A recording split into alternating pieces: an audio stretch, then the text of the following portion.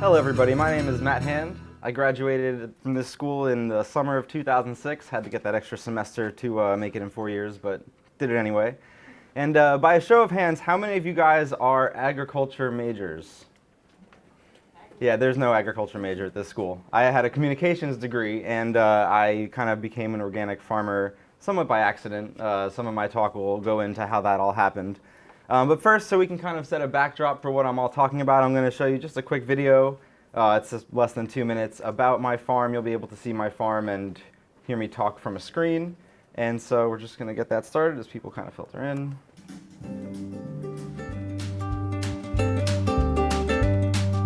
Handpicked Farm is in the middle of suburban Hunterdon County, which in New Jersey feels rural, but realistically in the scheme of the country, it's not a very rural place, and so I am considered a suburban fringe farmer. I feel, a very deep passion towards growing organically and providing healthy, safe food for people. The farm really tries to produce a well-rounded array of vegetables to complete a nice meal for our CSA members on a weekly basis. So it's not just, hey, here's 40 pounds of spinach that you can, maybe freeze, maybe throw half of it out. I try to have a nice mix that would be good components to a meal. 80% of my vegetables that I harvest are already earmarked for folks that are in my community-supported agriculture program, and it goes right to them. They get the freshest cut of everything. I make sure that the farm is really geared towards serving those members that have a staked interest in the farm. The farm covers its own operating costs and contributes to the rent for the farm and the family. But on top of that, we have fresh produce every week, and so to see my children growing up picking beans off of the stem and then eating those beans for dinner, and digging up potatoes with me, putting them in a bucket, taking them into the house and boiling them up. To me, that is really where it comes full circle, where I'm teaching another generation of people where food comes from, sort of as my grandfather had taught me. And then the health benefits and the quality of life that comes with having an array of fresh produce during the season is immeasurable. And so a lot of it is, the opportunity, what the season presents you, and the resources you have. And to me, organic farming is really taking all of those things into consideration with the backdrop of my life and my family and the health of the field, and trying to make something awesome out of all of it. Cool. So how did I become a farmer after being a communications major? Well, in my senior year, I took some environmental science and field bio classes, got really turned on to that. A lot of those classes were sort of focused. I don't want that.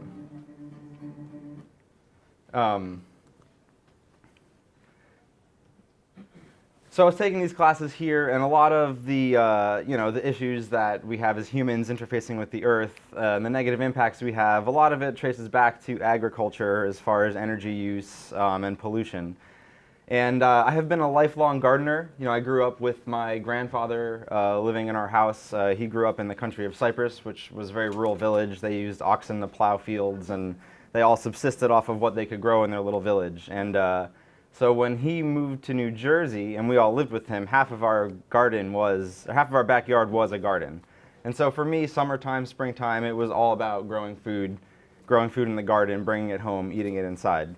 So I've always had a really close connection to the food cycle as far as growing it, cooking it, eating it. And I found myself more displeased with the work and the internships I was finding as a video editor, as a communications major.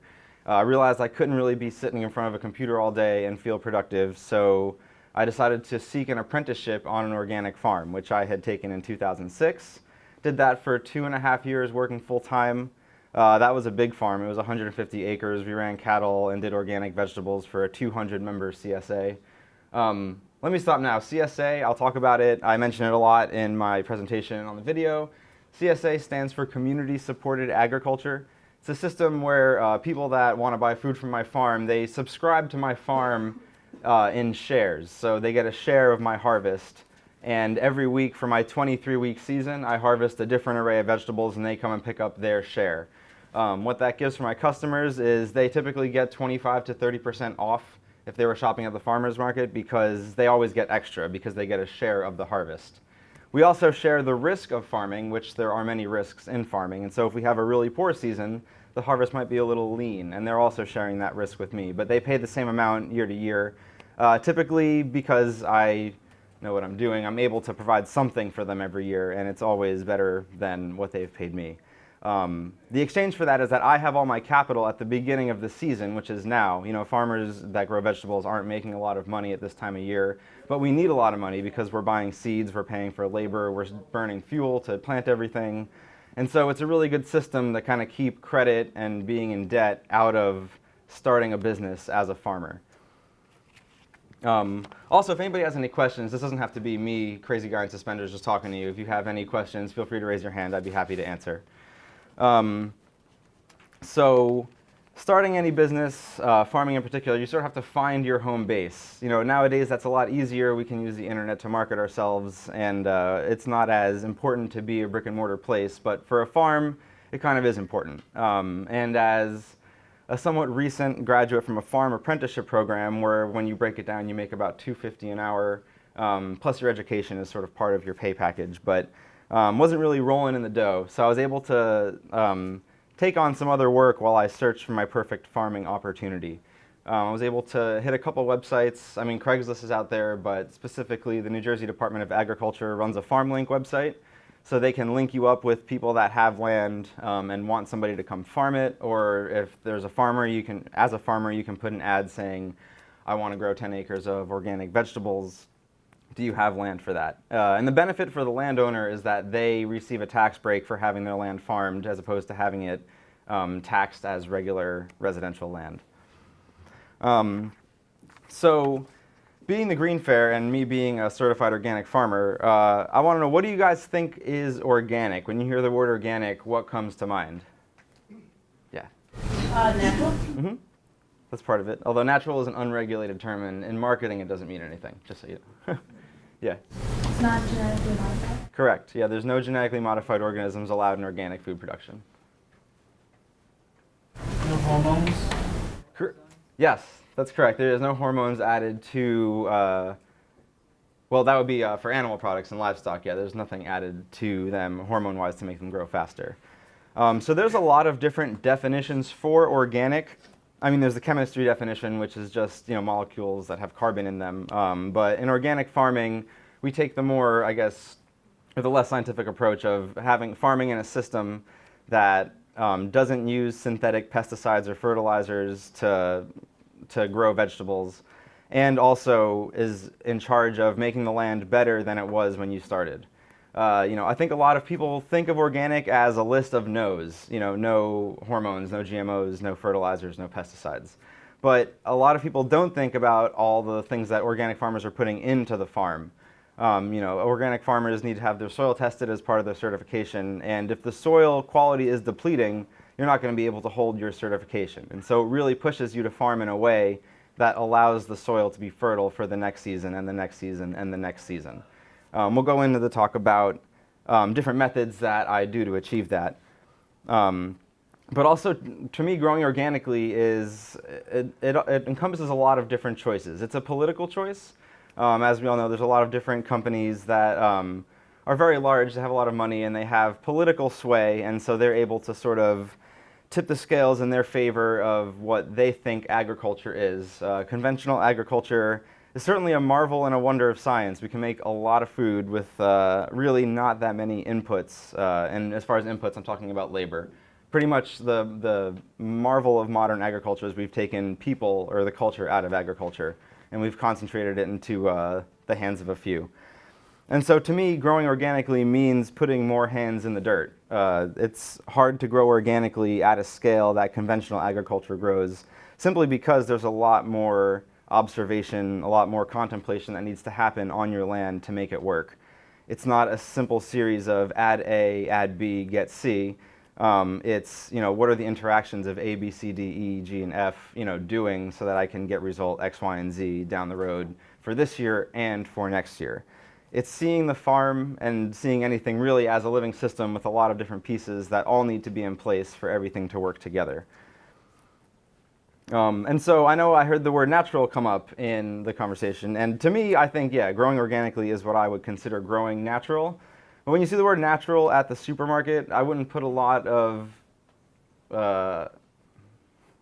clout to it, I guess. It's not a very powerful word. Anybody can put it on pretty much any product. The word organic is regulated by the USDA. Farmers like me, they have to apply and they get inspected every year by an actual inspector that comes and checks out the farm. We also have to keep really meticulous records about where we bought our seeds, where we planted our seeds, when we harvested them, how we harvested them, and then how we treated the soil in those fields for that year and years past. We also have to have a plan for the future about how we're going to continue to do our job and grow into the future and maintain soil fertility.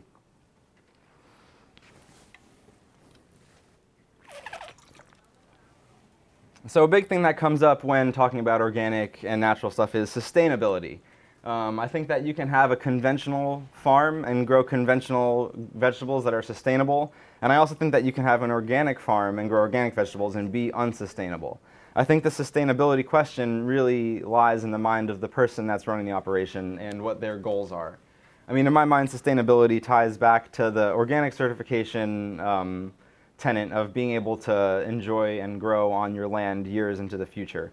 To me, that's the first thing that sustainability means, is that can I do what I'm doing for the next 5 years, for the next 10 years, for the next 20 years? And not only the question, can I do what I'm doing for those years, but how am I going to do that? I wouldn't have been anywhere that I've gotten if I didn't make a plan. Before I even found the farm that I had a complete business plan of what I was going to do with my farm. And you can do this with any business. You can go on different websites and they'll teach you how to make a business plan.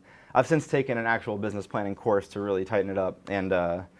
But the process of thinking about your idea, your business, thinking about it from kernel to final product is going to put you on the first kind of path to get to where you want to be.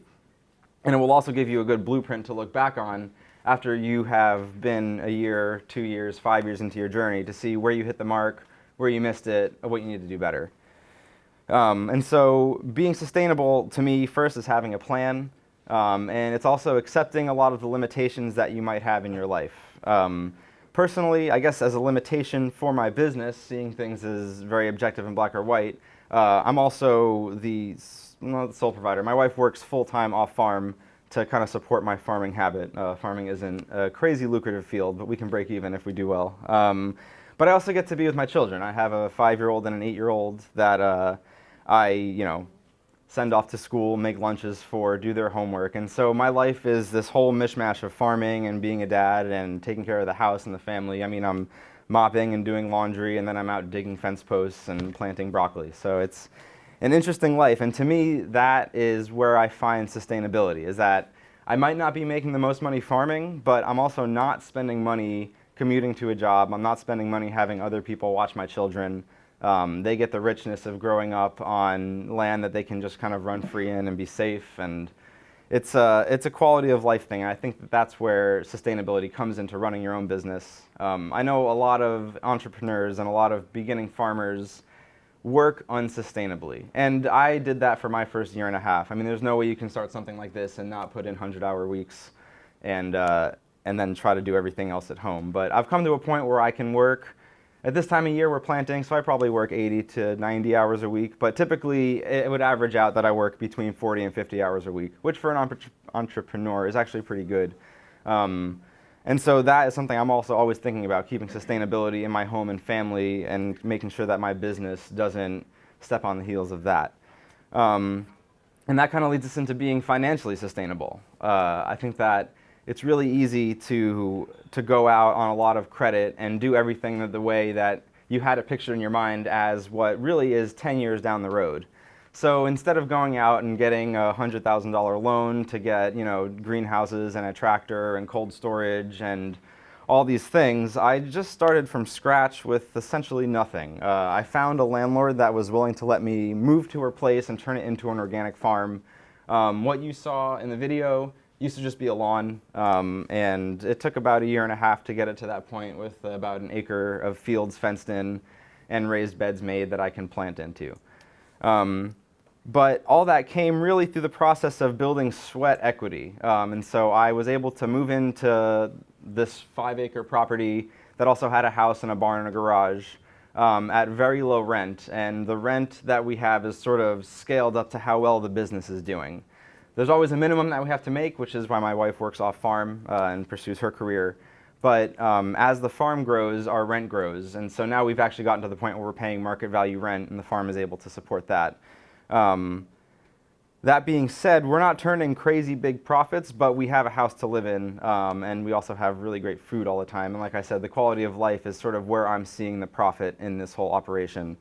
In my business plan, 3 years down the road, I'm building profits in financially so that we can actually start saving for things like college and other things that children want to do as they age. And so being financially sustainable is really important. That's going to be hit on in your business plan. And as you're thinking about it, how is all this being funded? Can I start small and scale up as I go? How is that scaling up happening? And is this financially, if I have a bad year, is this financially going to ruin me for years forward? One thing I don't do is I don't put like the money that my wife makes or the money that I make at possibly side jobs. That money does not go into the farm because to me that would be leading down an unsustainable path of the family funding the farm.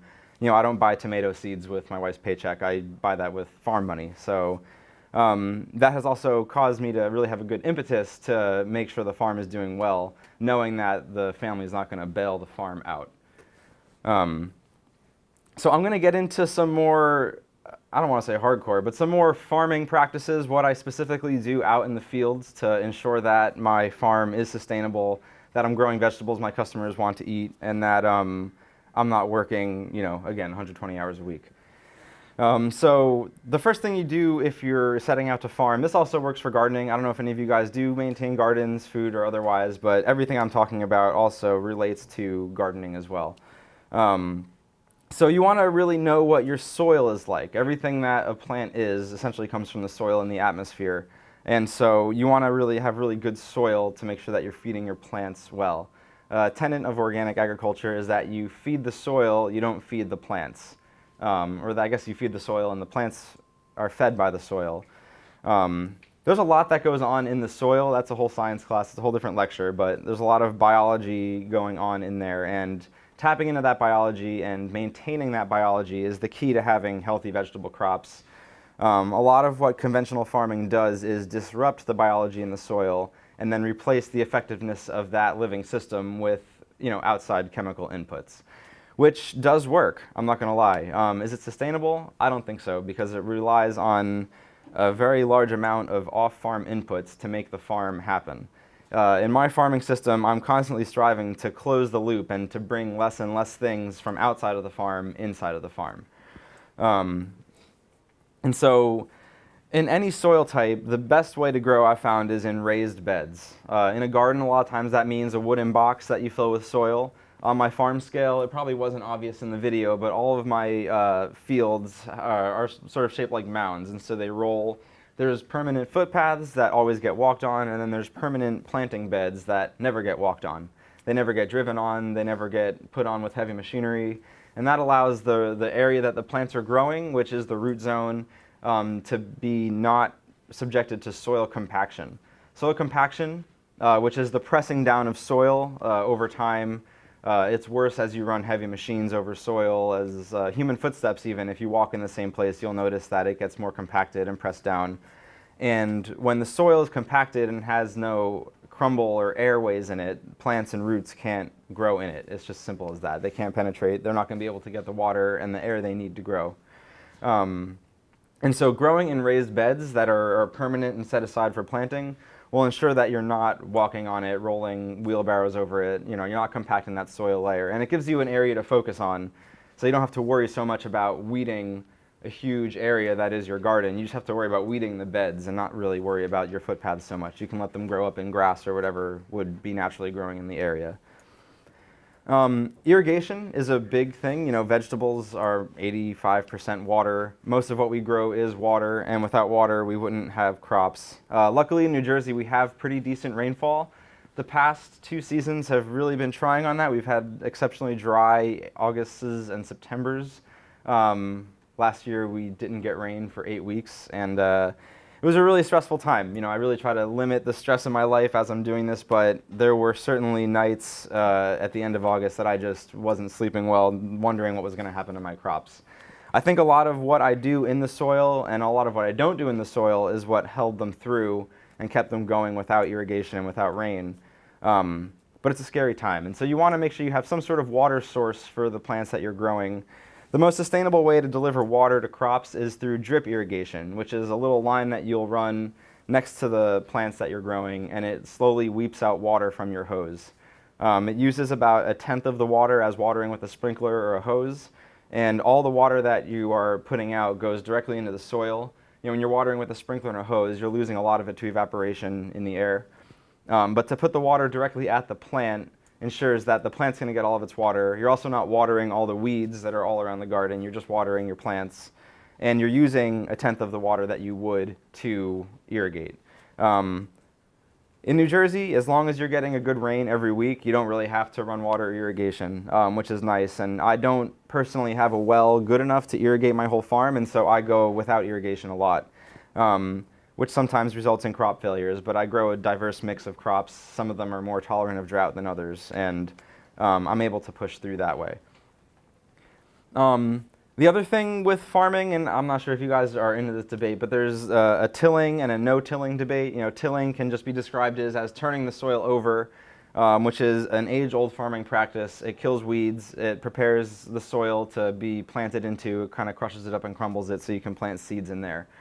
Also, when you till soil, all the biology in the soil structure that's been building up gets destroyed. You're kind of erasing the biology in the soil every time you plow or you till, and then you kind of have to start from scratch and build those biological and fungal relationships in the soil. It takes about 4 or 5 months. And so there's this no-till agriculture or reduced-till agriculture movement, I guess you could say, which really seeks to disturb the soil less. The other thing about disturbing the soil is that all the carbon that gets trapped in the soil not all of it, but a lot of the carbon gets released as you turn the soil. It oxidizes. And a lot of the nutrients in the soil also oxidize as you expose them to oxygen. Has anybody heard of carbon sequestration in farming, carbon farming? No, okay. I'm probably in my own little farming world, but it's the idea that plants growing taking carbon dioxide as part of their respiration process. And if we have enough land planted in agriculture that is somewhat permanent and is in no-till, so that's forests, meadows, things that we're not tilling up and plowing every year. If we manage to have enough land in farming for carbon sequestration, some folks reckon that we can take most of the carbon out of the atmosphere that we're spewing into it. It's a very debatable subject. I don't want to say that I know any science about it, but I do know that plants do absorb carbon from the atmosphere, and the more carbon you put into your soil, the better it gets. I find that as I've been tilling less, the soil has a much better crumb structure, and there's a lot more earthworms in the soil. And the earthworms are a good partner because they do a lot of the work of tilling if you have enough of them. They create air channels and water channels into the soil.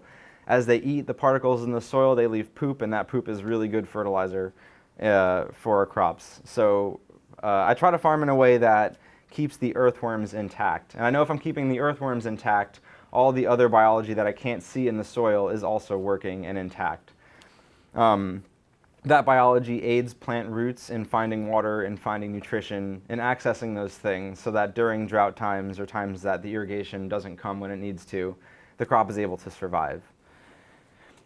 Having healthy crops also can very much reduce or eliminate the need for using pesticides.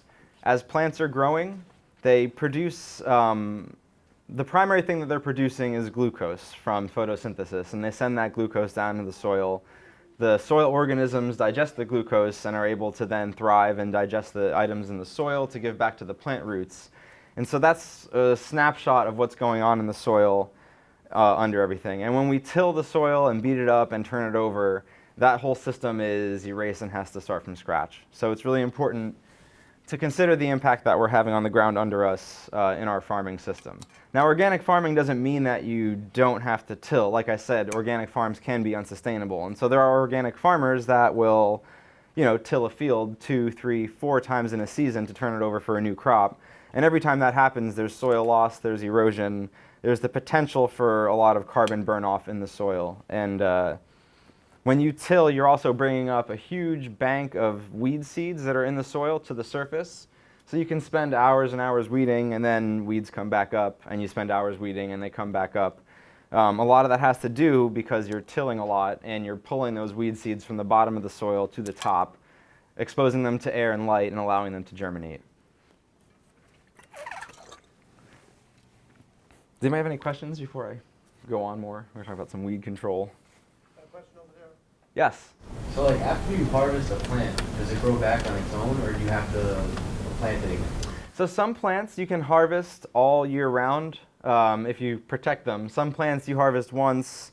It really depends on the crop. A crop like tomatoes, you'll plant it. I just planted them yesterday in a basement under a light. And then I'm going to plant them out in the field in May. And then I'm going to start harvesting them the second week of July. And that vine of tomatoes will harvest all the way until our first frost, which is typically the last week in September. But if you have them protected by a greenhouse or an unheated greenhouse like a hoop house, you can harvest them pretty much until the middle of November. But it depends, because there are certain types of tomatoes that are bred to produce one flush of a crop and then they pretty much die off. So when you're reading through a seed catalog and choosing your crops, there's a lot of selection in that.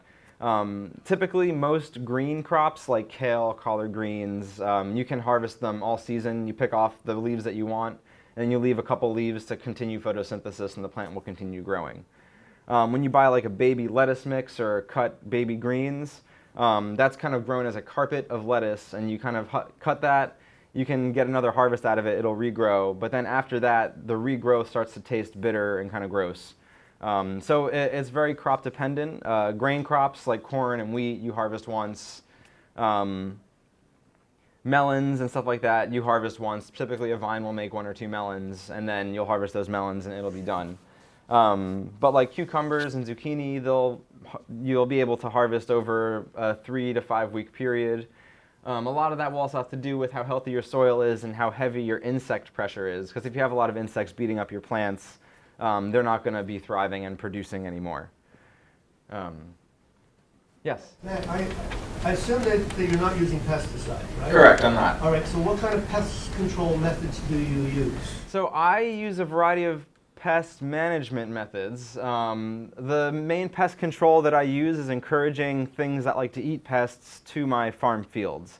So I make sure that I have areas that stay a little bit moist, and if I don't have an area that's going to stay moist because there's a stream near it, I put out a dish of water.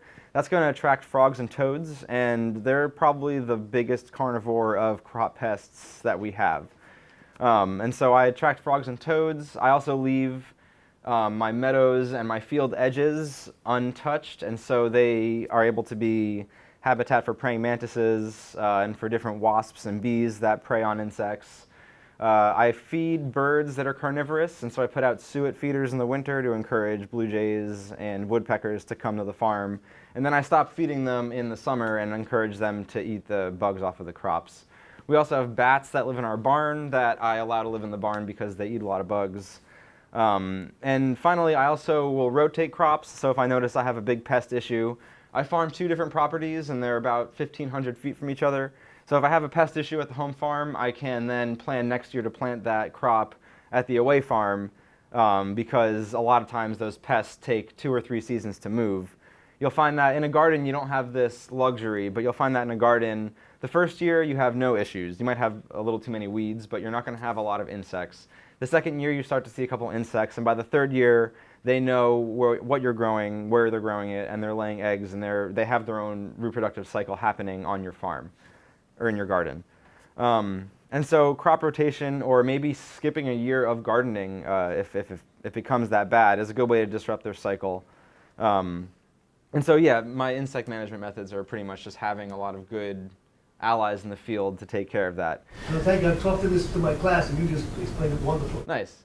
Yeah, I do lose crops to bugs. You know, I have a problem with zucchini specifically. There's these little gray zucchini bugs that I have trouble controlling. They're voracious, and I can usually plant zucchini and get 1 or 2 weeks out of it, but then by that time the bugs have destroyed it. I found that the bugs like this Italian variety of zucchini better, and so if I have it the extra time, which is rare, I'll grow a row of that zucchini specifically to trap all the bugs, and then I'll come by with the torch and flame it, and then kill, you know, thousands and thousands of bugs, which is great. And also their eggs are on those leaves and they get destroyed. And so that's a method called trap cropping. and it's effective. It requires a little extra land and labor, two things of which I'm typically in short supply, but if I get to it, it feels good to do that. And so weeds are probably one of the biggest issues in organic farming. Most organic farmers spend 30 to 40% of their time and labor dealing with weeds, whether it's through tilling and cultivating on a tractor, or if they have, teams of people in the field hand weeding. Weeds are a problem because they compete with the crop that you've selected for nutrients, water, sunlight, and everything else. Weeds are not the biggest problem on my farm because I have a rule that I don't let any of the weeds go to seed. So if the weeds aren't making seeds, they're not reproducing. They're not able to thrive for the next season. Some weeds don't reproduce through seeds. They reproduce through underground roots called runners. And I spent my first 2 years farming doing a lot of tilling to take care of that. When you start a garden or start a farm, you're going to have to till a decent amount to get rid of all of the perennial crops and perennial weeds that grow and start to live through their roots. Crops that have a very shallow root system, which are crops that set seeds and do the same cycle every year, are easy to take care of with one tilling. But if you have really established grasses and different crops, yes? What about animals? Do animals help themselves? I'm sorry? Animals? Yes, animals, that's another pest issue. Fences. If I didn't have 7.5-foot high deer fences, I wouldn't have a farm, essentially. The bigger farms that you see, like when you see acres and acres of corn and soybeans, they have deer in their fields too, but their scale is so large that it's a drop in the bucket. It might be a 1/5% of their harvest is destroyed by the deer. But if I have an acre of fresh market vegetables, I can lose thousands of dollars in one evening to a deer roaming the fields and browsing. It's tough, but I've never planted anything before I had a fence around it because I just knew it was going to be a losing game. And little critters I don't really have a problem with. I've trapped a couple groundhogs, and we're vegetarian in my house, so I don't kill them. I drive them about 10 miles into the woods and release them. But I've only had to trap 2 groundhogs. I have a dog, and I kind of walk around with him and let him do his business around, and I think that the smell of that keeps a lot of the little guys away. I also mulch with a lot of straw, and that keeps mice in the field, and sometimes the mice will eat radishes, but otherwise they're not a big deal. People don't like radishes that much anyway, so it's not the biggest thing. But so for weed control, again, sort of like in organic farming, they say, feed the soil and the soil feeds the crop. If you weed your soil and don't think of weeding the crop, you're going to end up with, and it takes a couple years, but as that progresses, you're going to end up with less and less weeds emerging every year. A lot of that is keeping all of your farm in some sort of cover, whether that's a living ground cover, if it's mulch over your bed, if it's a crop growing in your field. Anywhere that there's bare or exposed soil, nature is going to fill that niche and put a weed there. It's only a weed because we don't want it to be growing. The definition of weed is really something we don't want. And a lot of the weeds are actually pretty beneficial. I have a lot of weeds that I keep growing and keep on the farm because they outcompete the other weeds that are more annoying. There's one called Plantain. It's also referred to as white man's footsteps because we brought it here from Europe, and it followed us anywhere we started farming because it likes compacted soil, and our plowing makes compacted soil. And so since I have the raised bed system, I don't have the plantain growing in my beds, but my walkways are full of plantain. And they can go to seed and spread their seeds, but because the beds are not compacted, the seeds don't do very well because plantain likes a compacted soil. And then they're not able to germinate and continue thriving, but they keep my walkways in a cover that is not bad for the farm. And then plantain also, if you chew it up and put it on an insect bite, it relieves the pain. So it's a good thing to have around if you get a bee sting or a mosquito bite or something like that. And dandelions are another good thing. Dandelions right now are blooming. Nothing else really is. And so dandelions are bringing bees and wasps and other things to your farm that are going to help you with pollination. They're going to help you out with insect control. And so making sure that you have things blooming is important, and a lot of times weeds are the things that are blooming when our crops aren't blooming. And so dandelions, they're hard to get rid of anyway, but they're another crop that likes compacted soils. And so they don't really grow in my planting beds, but I have them growing all around my field edges and in the walkways. And the other thing about dandelions is they put out about a 3 to 4 foot root into the subsoil, which is all mineral. And so when that root goes down, it's actually mining all the minerals from the subsoil that our annual crops don't have access to. Annual crops typically have a 6 to a 12-inch root system. It's pretty weak. That's why we have to water them and feed them all the time. But these deep root systems of things like plantain and things like dandelion are mining minerals from the subsoil, and then as that plant dies, as it decomposes, those minerals that it gathers in its root and leaves become available in the topsoil as it decomposes. So there are a lot of good things that weeds are doing for us, and personally I think that the mission to destroy all weeds is a waste of time, energy, and causes us to bring outside inputs on the farm in the form of chemicals, things like Roundup, to kill them. So I select for the weeds that I like. I take the weeds out of the beds that I don't like, and as long as the weeds aren't setting seeds, they're not really reproducing.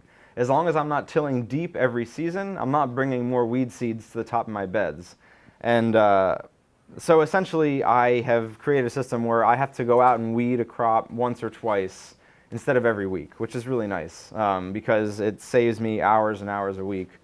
When I said I was doing 100-hour weeks my first season, a lot of it was just weeding because it was the first year. All those weed seeds are still on the top of the soil and my system wasn't really in place. So I was able to set that up, and then a year like this, I can go out. A lot of times I use fire to control weeds. It's a flame torch. It looks kind of like a flamethrower. But if you think about it, if you have a bed that has a bunch of weeds, if you kill it with a tiller or with a hoe, you're disturbing the soil and you're bringing more of the weed seeds up to the top. But if you torch the weeds that are on top of the soil and burn them, you're not bringing any more weed seeds to the top, but you're killing what's there. And so it's a technique that's called the stale seed bed.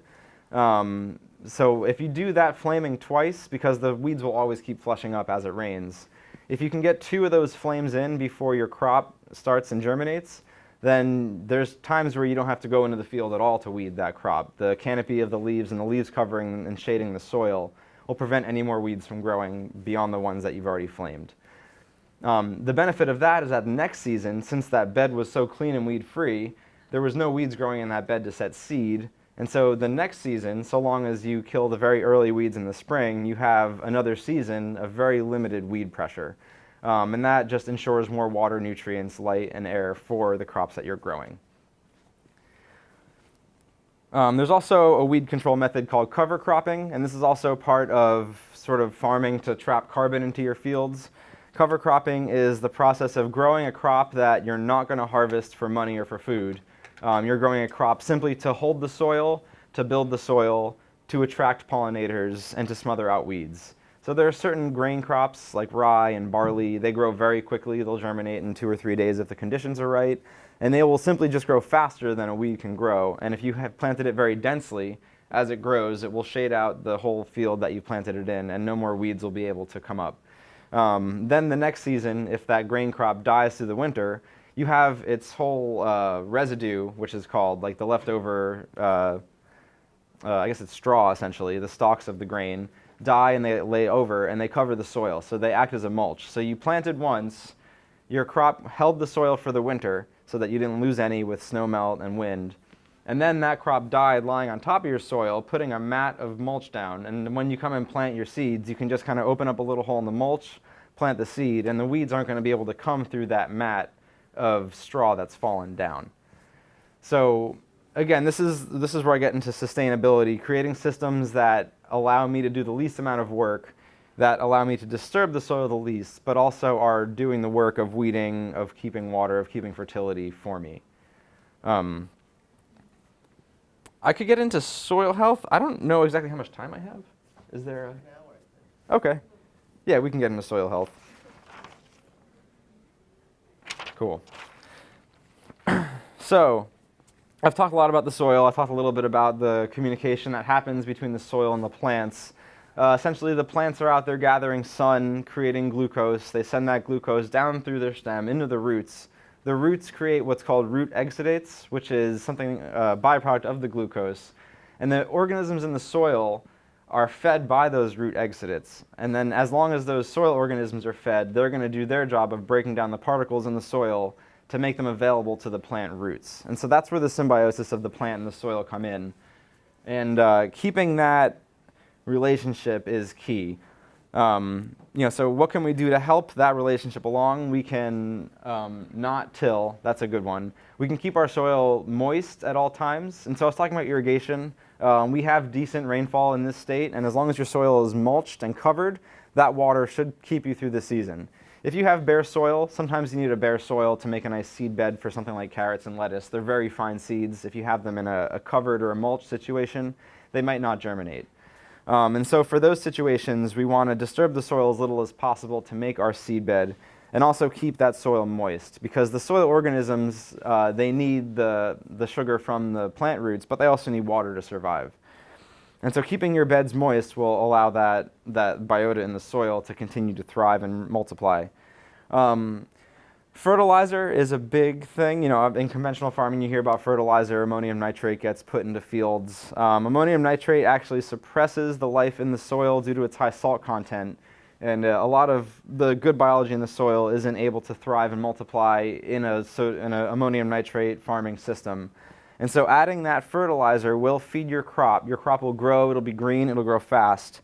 But when you're done growing that crop, your soil is in at least just as good or worse off than it was before. And in organic farming, we're really aiming to make the soil better than it was before. So to me, that is not a sustainable system. As far as fertilizer goes, I mainly use compost. I buy mushroom compost. We're lucky enough in New Jersey to live close to Pennsylvania, which is a huge producer of mushrooms for the country. And mushrooms commercially are grown in mushroom compost. All the different mushroom companies have their own blend. They go get hay and manure and straw and food waste from different industrial outlets, and they make their own compost, and they cook the compost so that there's no weed seeds in it. Then they have the mushrooms grow in the compost, and then once the mushrooms grow once, they take all that compost out of the mushroom house and then sell it to farmers like me. The reason that it's a good product is because it's a manure and soil-based compost, but because it's been pasteurized by the mushroom farmer, there's 0 weed seeds in it. So I can spread it on my fields knowing that there's not going to be any weeds in it. The problem with using manures like horse manure and cow manure is that those animals eat all kinds of grains and hay and stuff that all has its own weed seeds. And the seeds pass through their systems unscathed. Some of the seeds actually pass through their systems primed and ready to go. So spreading manure on your fields, while it's cheap and usually it's free because people want to get rid of manure, you're planting weeds for yourself to deal with down the line. So what you can do is you can spend a lot of time and make really good compost out of that manure. If you turn the compost pile and give it enough carbon material like wood chips or straw, it'll cook. It'll get to about 160 degrees if you turn it. And if you can maintain that temperature for 4 or 5 days, it'll kill off all the weed seeds and pathogens in there. But it's a whole nother job, essentially, in managing a compost pile to be healthy. So I guess I outsource that work to the mushroom farms who are doing it on a crazy industrial scale. I get deliveries of 25 tons of that compost, and it comes on an 18-wheeler, and it just dumps out into my field. And that's my fertility, essentially. This stuff is very rich. It's aged, so it's safe to use on plants as you are spreading it. It's not going to burn your plants like if you overmix Miracle-Gro or something like that. You're going to have your plants die off from the nitrogen burn. But the compost, it's a sustainable source of food over 2 years. If I could put compost on a field, it'll feed that field for about 2 years, and then I'll get compost another 2 years for that field.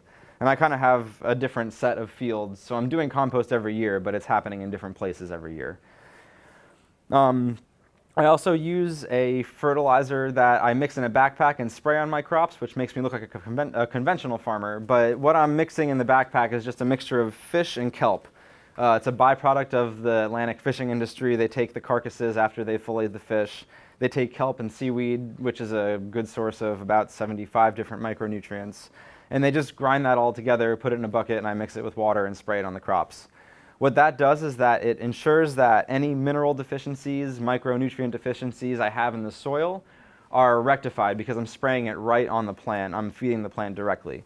So that's not really in the realm of sustainable and organic agriculture. And for me, I recognize that. But it's a pretty low-cost solution to make sure that as I'm working on my soil and making it better, I'm also addressing the deficiencies in a very real way that the crops aren't suffering at the expense of me building my system. And so that is something that I will mix in a backpack. It's a completely certified organic product. You can spray it on yourself. The only thing it's going to do is smell. And you can find products like that at different garden centers. Any fish or seaweed solution is a good thing. The other way that we work with soil health is by rotating our crops. You can do that in a garden by having 2 different beds or 2 different areas and making sure you're not growing the same stuff in one area year after year. If you think about the nutrient needs of a plant, if you plant the same plant in the same place every year, it's going to be taking the same nutrients out of the soil, and you're setting yourself up for a deficiency in that way. But if you have 2 different plants with 2 different needs, you could take like a lettuce and a tomato. A tomato is going to need a lot of phosphorus as it's growing. It's going to need a lot of other things, calcium, that the lettuce is not going to need. The lettuce is going to need nitrogen and not much else. And also, you think about when you're harvesting food out of the field, what you're harvesting out of the field was once part of the field. Everything besides the seed and the water that fell came from that field. And so when you're taking things out of the field, you're taking fertility and nutrition out of the field as well. So when you harvest a crop like lettuce, you harvest everything that grew out of the field and you sell it. When you harvest a crop like tomatoes, you're just taking the little fruits that the tomato vine made. But if you let that tomato vine die back and be decomposed into the soil, you're taking less out of the field, and you're setting yourself up, again, to have more nutrients in the field for the next year. And rotating your crops is a good way to make sure that the same piece of ground isn't spending and going through the same nutrients and minerals every season. It also helps too because some crops need to be worked a little more. Some crops you might be hoeing. Some crops you might be digging with a fork, which is a lot of soil disturbance. And so if you're growing like potatoes or carrots and you're digging down 6 inches into the soil every year to get them, you're going to create issues with disturbing that soil over and over again. As if you move the carrots to a different part of your garden bed, you can kind of use that to say, I'm going to work this soil this year also as I'm digging up the carrots. And then you can use that soil disturbance to then make a nice seed bed and plant something that you would want to after you had tilled or dug up or something like that.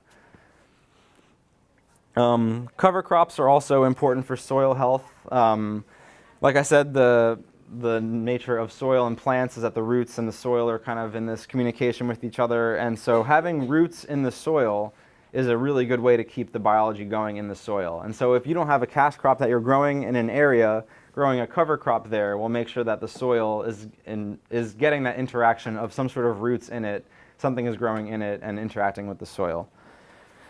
There's also the idea of polyculture versus monoculture. Monoculture is sort of another tenet of conventional farming, is having thousands and thousands of acres in one crop.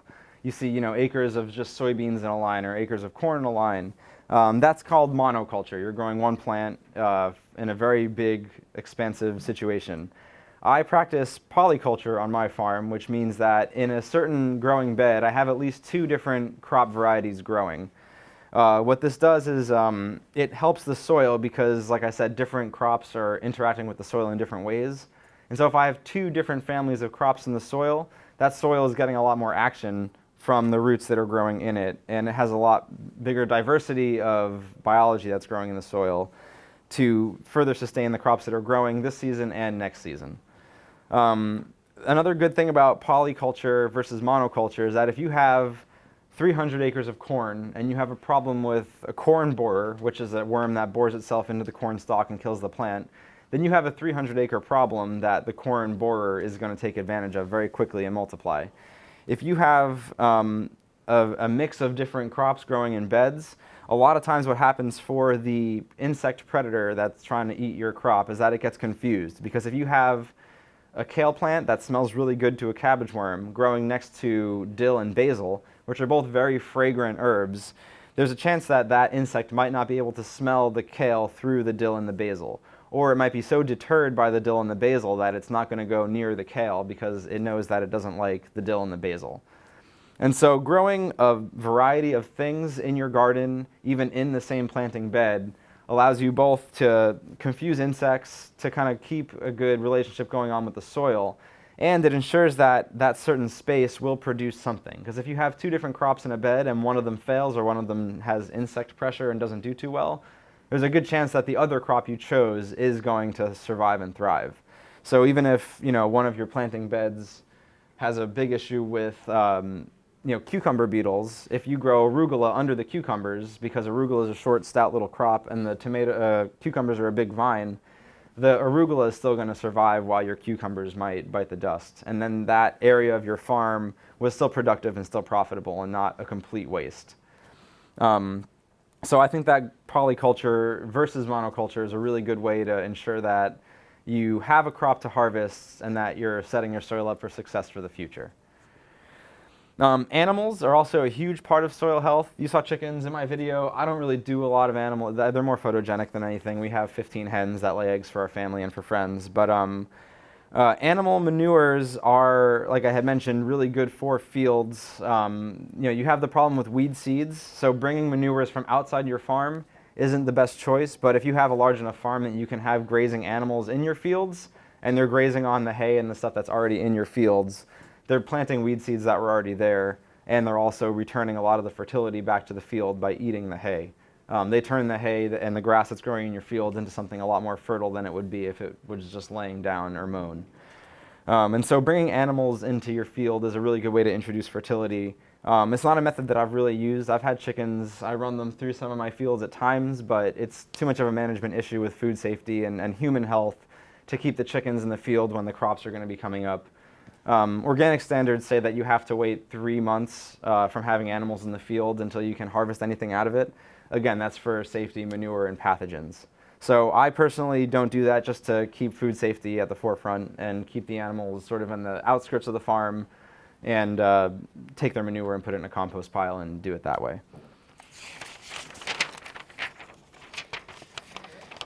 How many acres are you working on, and are you able to get tax breaks for either yourself or the properties that you're working on because of the size of what you're doing? Yeah, my home farm is actually 4.3 acres. And out of that 4.3 acres, 1 acre gets enough sun to be considered farmable. And I have that acre in 3 different areas fenced in. The chickens go through the woods, which kind of helps with that space issue. And then I'm renting 5 acres on another farm that's 1,500 feet down the road. The home farm, in New Jersey, you have to have 5 acres of active agriculture to be considered for tax breaks on it. You pay about 10% of what you would of the normal taxes on your land if you have 5 acres of farming going on. It doesn't change how much you pay for your house and the acre around your house, but for the multiple acres you have in farming, you pay 10% essentially of what the tax rate is. And so for my one landlord, I do participate with the tax board in the town, and I give them reports of what I plant and harvest so that they can consider her for the tax differential. But for my home farm, because it's 4.3 acres and only 1 acre really can grow crops, no, I'll never be considered a farm. I'm actually considered a residence. It's been a problem with the zoning board and stuff like that. But we've resolved all that kind of stuff. But so yeah, it's actually kind of a headache because it's a lot of record keeping to deal with that you have to give them. And they come out and inspect your farm and they want to nitpick everything about it because the townships, obviously in New Jersey, want the most money they can for the limited land they have.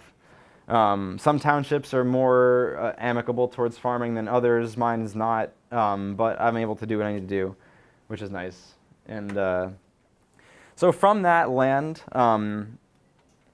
the income that I'm able to generate is actually pretty sizable. The first year I spent most of my time building everything up, getting a lot of tilling done, making beds, making fences and all that kind of stuff. So the first year I grew a very limited amount of crops. We made $2,500 off the farm. Not very much. The second year we had expanded. We fenced more fields in, so we were working about half of an acre the second year, for which we were able to make about $12,000. Last year we were working on the full acre of my property, and I was sort of working on expanding the 5 acres. But nothing was planted on the 5 acres last year. So from the 1 acre last year, we made $23,000. And if that acre was fully developed and my soil fertility was fully dialed in, I would be able to make $50,000 to $60,000 off of the acre. That is my goal. My business plan has me sort of ending there. I'll take it back to sustainability. If I go past making $50,000 or $60,000, my job becomes very different. I become more of a manager of people and a manager of a business. And I really like farming because I like having my hands dirty. I like sweating and working and all that kind of stuff. And so I want to keep it at a scale that I'm still the main doer on the farm, and the people that I hire are part-time help to just help with the volume of the harvest or the volume of planting at certain seasonal times. But But so that's my goal, and the reason I rented the extra land is to sort of facilitate that goal. Because if I wanted to make $50,000 on 1 acre, I could only do that really 1 year because I'd have to rotate my crops and then be on another acre. And so renting the 5 acres is part of the system because essentially I have a lot of that acreage resting or in a cover crop waiting for the next year to become fertile again. And that lets me rest certain fields, lets me take care of weed issues. And so having all that land, I'm not growing 5 acres of vegetables. I'm really growing 1. At the max, I'll be growing 2 acres of vegetables while the other 3 are resting. So yeah, that is most of my talk. And does anybody have any questions about farming, organic farming, gardening, anything like that? Matt, I have let them go. Yes. I have a question. You just cut down some trees, Uh-huh. and we're not able to take one of the stumps out. Do you have any recommendations on how to help that decompose quicker? The tree stump? Yeah, Cover it. It's been there for a couple years, Yeah. and we just want to expand our garden into that area, but the tree stump is still there. It's decomposing slowly, but It's a slow process. If you covered it with chicken manure or like a very rich manure and then hay and straw or leaves or something, it will speed it up because the manure will help decompose all that hard carbon. And then you'll be left with an extremely fertile little patch of ground once the manure, it'll still take years, but it'll take years instead of decades. And then any cutting or chopping you can do of it will help speed it up. If it's broken down into smaller pieces, it's easier for the organisms to break it down. okay. So I've read where you can drill holes into the stump Mhm. and then like fill it with like Epsom salt and water, or do you? I mean, I've never heard of that, but I think drilling holes will certainly increase its surface area to air and all the things that will help decompose it anyway. And Epsom salts might activate some of the organisms in the soil that need magnesium. Magnesium is deficient in a lot of our soils, so it makes sense. Yes? I was going to add, I thought it was interesting how a lot of the tips that you talked about on a farm actually apply even if you have like a little 8x4 raised bed. Yes. And actually those that want to get started, especially in the more urban areas, there is money to do community gardens. You can get it through the Dig-In program, which is through Passaic County and City Green. So there's opportunity to get started in your own communities, and as you said, get your hands dirty. Yes. So. That's awesome. Any other questions? Matt, Yes. Matt, this goes back to your initial introduction, and it also kind of for students to think about their checkered career. Because you're in a major right now, Yes. and they're probably going to do something else. So how, based on your communications background and your Bill on the Hill education, how has that helped you with what you're doing today? So my communications background has really helped me market the farm because most of the new farmers that I meet don't know anything about marketing or being visual or telling their story, essentially. That's really what it's all about. And so through being able to have an eye, I was in video production, so I made a video for my farm. We did a Kickstarter campaign to build a greenhouse when I started, and a lot of folks told me it was the video that did it. It was just effective. It was simple and plain. And so a lot of that has helped me a lot. I do a lot of image marketing, a lot of internet marketing, and a lot of that all came back from all the stuff I learned in my comm classes about, writing stories and writing a layout for, I essentially try to write my blog posts and email newsletters as news pieces, so the best information is at the top and it goes down to the bottom. And then producing even just little videos, producing a video of me planting something. I'm able to produce it in a way that looks a lot better than like a shaky iPhone held vertically. And I think that it adds a polish and it makes me look more legit when I totally wasn't and was just starting.